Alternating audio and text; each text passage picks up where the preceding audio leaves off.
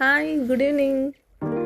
So ನಾನಿವತ್ತು ಮಾತಾಡೋಕೆ ಹೊರಟಿರೋದು ಯಾಕೆ ನರ್ಸಿಂಗ್ನ ಚೂಸ್ ಮಾಡ್ತಾರೆ ಅಂತ.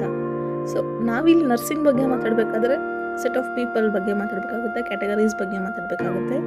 ಫಸ್ಟ್ ಕ್ಯಾಟಗರಿ ಪೀಪಲ್ಸ್ನ ಬಂದುಬಿಟ್ಟು MBBSಗೆ ಅಂತ ಟ್ರೈ ಮಾಡಿ ಲಾಂಗ್ ಟರ್ಮ್ ಎಲ್ಲ ತಗೊಂಡು ಅಲ್ಲೂ ಸೀಟ್ ಸಿಗದೆ ಪ್ರೈವೇಟ್ ಸೆಕ್ಟರಲ್ಲಿ ಸೀಟ್ ಸಿಕ್ತು, ಫೈನಾನ್ಷಿಯಲಿ ಅವ್ರಿಗೆ ಅಲ್ಲಿ ದುಡ್ಡು ಕೊಟ್ಟು ಕಲಿಯೋಕ್ಕಾಗದೆ ಲಾಸ್ಟಿಗೆ ಬರುವಂಥದ್ದು ನರ್ಸಿಂಗ್.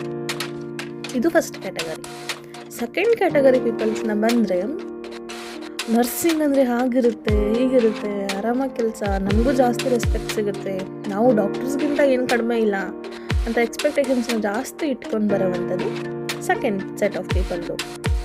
ಥರ್ಡ್ ಅಂತ ಅಂದರೆ ನಾವು ಕೇರ್ ಕೊಡಬೇಕು, ನಮಗೆ ಕೇರ್ ಕೊಡೋದು ಇಷ್ಟ, ಪೀಪಲ್ಸ್ನ ಟ್ರೀಟ್ ಮಾಡೋದು ಇಷ್ಟ ಅಂತ ಒಳ್ಳೆಯ ಒಂದು ಮೈಂಡ್ಸೆಟ್ನ ಇಟ್ಕೊಂಡು ಮಾಡಿ ಬರುವಂಥದ್ದು ಥರ್ಡ್.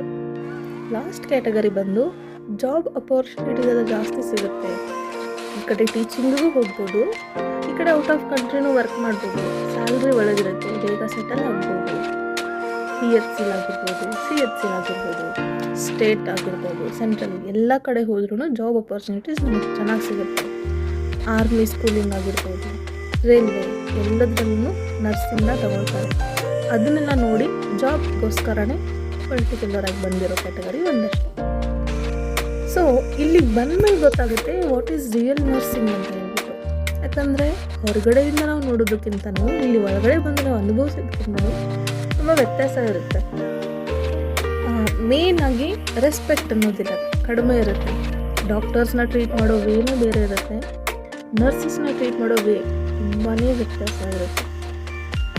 ಬಂದು ಒಂದು ಪೇಷಂಟ್, ಇವಾಗ ಫಾರ್ ಎಕ್ಸಾಂಪಲ್ ಒಂದು ಪೇಷಂಟ್ ಬಂದು ಏನಾಗಬೇಕು ಅಂತ ಹೇಳಿದ್ರೆ ನಮ್ಮ ಮುಂದೆ ಹೇಳಲ್ಲ, ಅವರು ಡಾಕ್ಟರ್ಸ್ನೇ ನೋಡಬೇಕು ಅಂತ ಹೇಳ್ತಾರೆ. ಅಡ್ಮಿಟ್ ಇರೋ ಪೇಷಂಟ್ಸ್ಗೆ ನಾವು ಹೋಗಿ ಏನಾಗ್ತಿದೆ ಅಂತ ಕೇಳಿದಾಗ ಏನೂ ಇಲ್ಲ, ಆರಾಮಾಗಿದ್ದಾರೆ ಅಂತ ಹೇಳ್ತಾರೆ.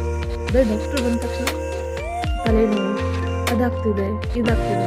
ಮತ್ತು ತಿರ್ಗಾ ಡಾಕ್ಟರ್ಸ್ ಏನಂತಾರೆ, ನೀವು ಸರಿಯಾಗಿ ಏನು ಹಿಸ್ಟ್ರಿ ತಗೊಂಡಿಲ್ಲ, ಸರಿಯಾಗಿ ಪೇಷಂಟ್ನ ಮಾತಾಡಿಸಿ ಇಲ್ಲ ನೀವು ಅಂತ ಅಲ್ಲಿಗೂ ಬಯಸ್ಕೊಳ್ಬೇಕು. ಸೊ ಈ ಥರ ಒಂದೊಂದಾಗಿ ಅಂತೆಲ್ಲ ತುಂಬ ಪ್ರಾಬ್ಲಮ್ಸ್ ಫೇಸ್ ಮಾಡಬೇಕಾಗುತ್ತೆ. Being nursing student and nursing staffs ಒಂದೊಂದಾಗೆ ಇದ್ರ ಬಗ್ಗೆ ಡೈಲಿ ಮಾತಾಡ್ತಾ ಹೋಗೋಣ. Thank you.